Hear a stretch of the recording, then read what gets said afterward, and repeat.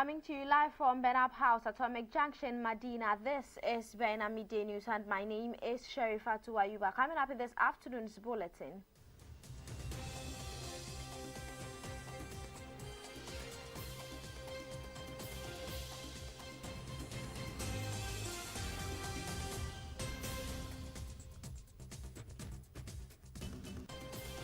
The Minority Caucus in Parliament has called for the immediate release of Kofi Ofosu Nkansa, describing his as totally unacceptable.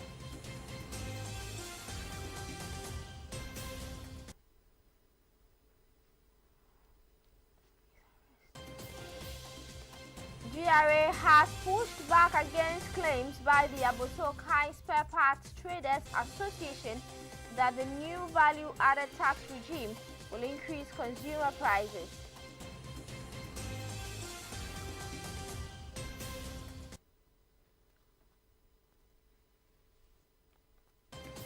And on the international front, a plane carrying 55 passengers and a crew veered off the runway at Somalia's main airport with no casualties.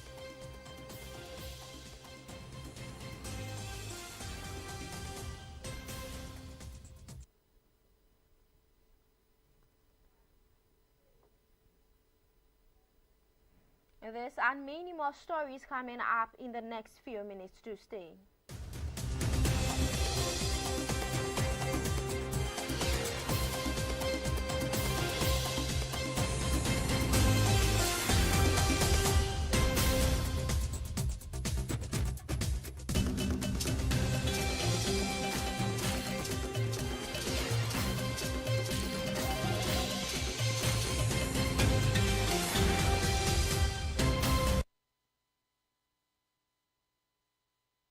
For staying with us. Remember, this news is streaming live on Facebook and on YouTube at Bena TV. Now let's delve into the stories. The National Democratic Congress parliamentary candidate for the Ayawaso East by-election, Baba Jamal Ahmed Mohammed, has formally filed his nomination today at the Greater Accra Regional Office of the Electoral Commission to contest the seat. The filing comes after the party's National Functional Executive Committee cleared him to contest the by-election despite allegations of vote buying that emerged following the NDC's parliamentary primary held on February 7. The allegations, which generated public debate and internal party scrutiny, did not prevent the party from endorsing Baba Jamal as its official candidate after its internal review processes. The Electoral Commission has scheduled Tuesday, March 3, 2026 for the by-election.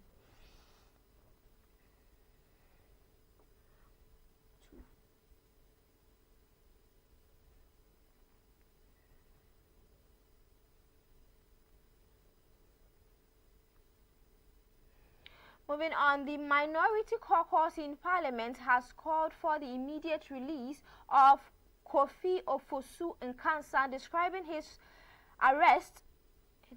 his reported detention by the National Investigations Bureau as totally unacceptable in the pursuit of justice. In a statement issued on February 11, 2026 and signed by the Minority Chief Whip, Frank Anodompre, the caucus condemned what it termed an abuse of power.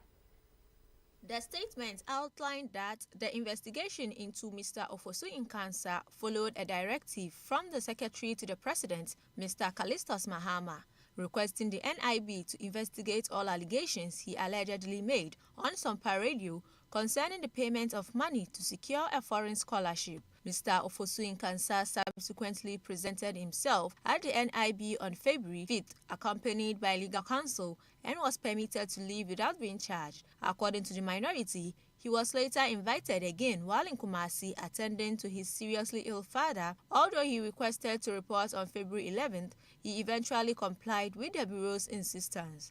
Upon arrival, He was reportedly taken to his residence by heavily armed officers for a search and later returned to the NIB office at Nima before being moved to what the caucus described as an unknown location. The caucus argued that such actions are excessive and undermine the rule of law and democratic governance. Declaring the situation totally unacceptable, the minority demanded his immediate release and insisted that further investigations ought to be carried out in a civil and dignified manner as permitted under law. It added that it would not remain silent while citizens are treated unfairly by institutions mandated to uphold justice and professionalism. The Committee on Human Rights of the Parliament of Ghana has called on the government to take urgent steps to ensure the passage of the Criminal Offences Amendment Bill 2025, also known as the Anti-Witchcraft Accusations Bill. The call was made in a statement issued to mark the World Day Against Witchcraft Hunt on February 10, as the committee joined the global community in condemning witchcraft accusations and related abuses. In the statement, the committee commended individuals, non-profit organizations, and governments worldwide for their continued efforts to end witchcraft accusations and witch hunts in Ghana and beyond. It expressed optimism that through the Ministry of Gender, Children and Social Protection, the government would prioritize the passage of the bill during the life of the 9th Parliament to protect the rights of vulnerable persons, particularly elderly women. The committee reiterated its support and commitment to victims of witch hunts, describing the practice as a violation of several provisions of the 1992 Constitution, including Articles 12, 13, 14, 15, 17 Clause 2 and 21 Clause 2. It also cited breaches of international laws and treaties such as the Convention Against Torture and the International Covenant on Economic, Social and Cultural Rights. The statement further announced that the Committee on Human Rights will, in the coming weeks, embark on a monitoring visit to all witch camps in Ghana as part of efforts to uphold the rights and dignity of affected persons. The statement was signed by the chairman of the Committee on Human Rights, Ernestiao Enim.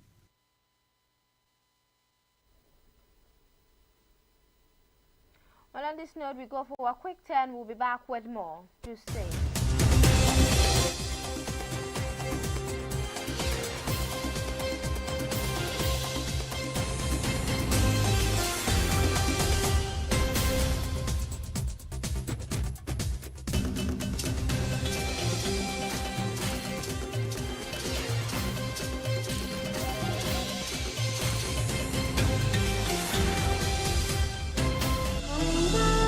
Kadar ya yi baki, amma wai ba za su barin ciniki ba.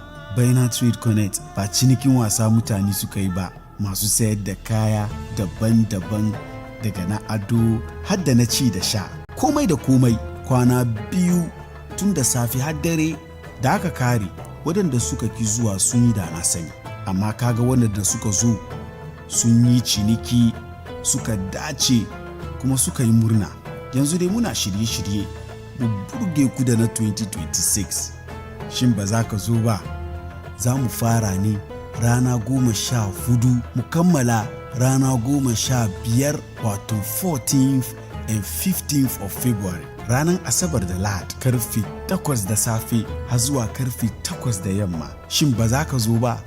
Ga lamba buga ya so mu yi fira 0539 48 7757. Baina Trade Connect. Mu mutum wuce ga mu can za mu wuce.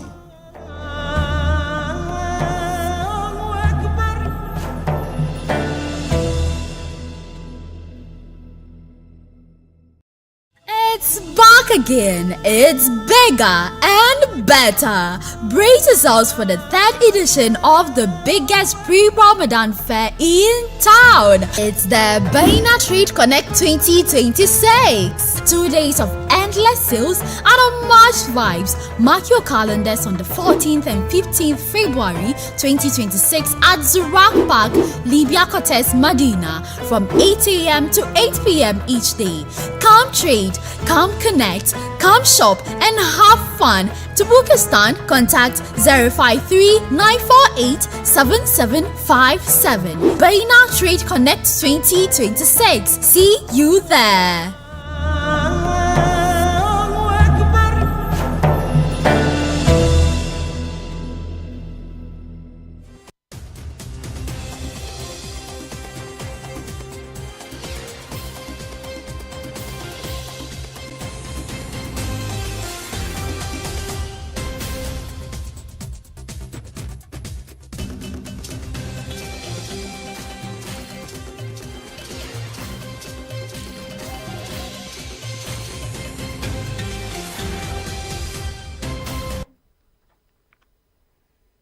Welcome back. If you just tuned in, this is Baina Midday News on Baina TV. Now let's move on to some business story. The Ghana Revenue Authority has pushed back against claims by the Atakaice Spare Parts Traders Association that the new value-added tax regime under the VAT Act 2025, Act 1151, will increase consumer prices, distort competition, and burden traders. In a statement, the GRA said the concerns reflect a fundamental misunderstanding of the new system. The authority says the change from the 4% flat rate to 20% will not result in increased prices, explaining that under the old flat rate scheme, input VAT of 21.9% on purchases was not deductible. Under the new regime, input VAT is fully deductible, lowering cost for traders and ultimately benefiting consumers. The GRA used a based price of 500 Ghana cedis to illustrate the change. A trader with a 20% profit margin will be charged 720 Ghana cedis under the new system, which is 40.66 Ghana cedis less than the old flat rate system. The authority clarified that price spikes occur only when traders incorrectly include now deductible input VAT in their cost base. Addressing concerns about market competition, the GRA noted that the higher VAT registration threshold of 750,000 Ghana cedis does not distort prices. Non-registered traders still pay 20% VAT, which cannot be claimed back, while registered traders recover their input VAT and build price on a lower cost base. The increase in threshold is a deliberate relief measure to reduce administrative burdens on smaller traders. The GRA outlined several benefits of the new VAT regime, that is, a lower effective tax rate, abolition of the COVID-19 health recovery levy, elimination of cascading taxes, full input VAT deductibility, simplified tax structure, reduced cost of doing business, and fractionless input VAT recovery built into the existing self-reporting system. The authority emphasized that observed price increases are transitional errors, not policy-driven. To support businesses during the transition, the GRA has set up a joint technical team with the Ghana Union of Traders Associations (GUTA) to guide traders on record-keeping, input tax claims, and correct pricing. The authority said it is ready to extend similar support to the Atakaice Spare Parts Traders Association and other trade groups. The GRA called on all stakeholders to engage constructively and take full advantage of the reform, which it described as a major step in reducing hidden tax burdens and lowering the cost of doing business in Ghana.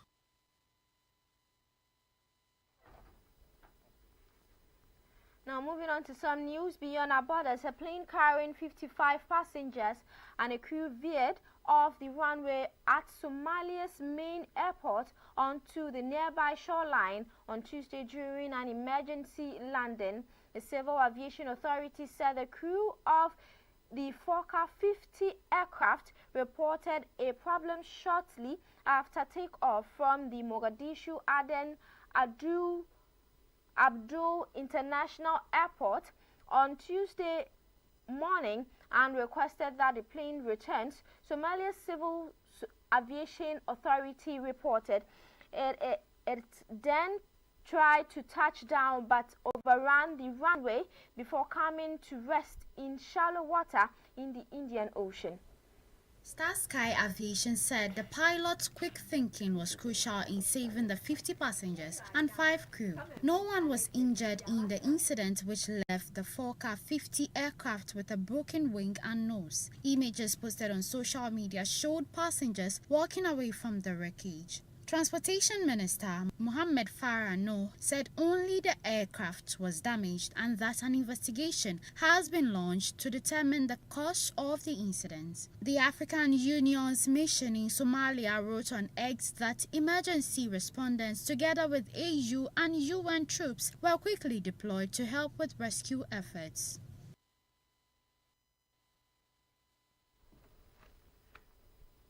Now moving on to sport, Ghana's international Mohamed Kudus is set to work under a new manager at Tottenham Hotspur following the sacking of Thomas Frank. Frank was sacked by Tottenham after just under 8 months in charge following a dismissal 2-1 defeat at home to Newcastle on Tuesday. Spurs are 16th in the Premier League and just 5 points above the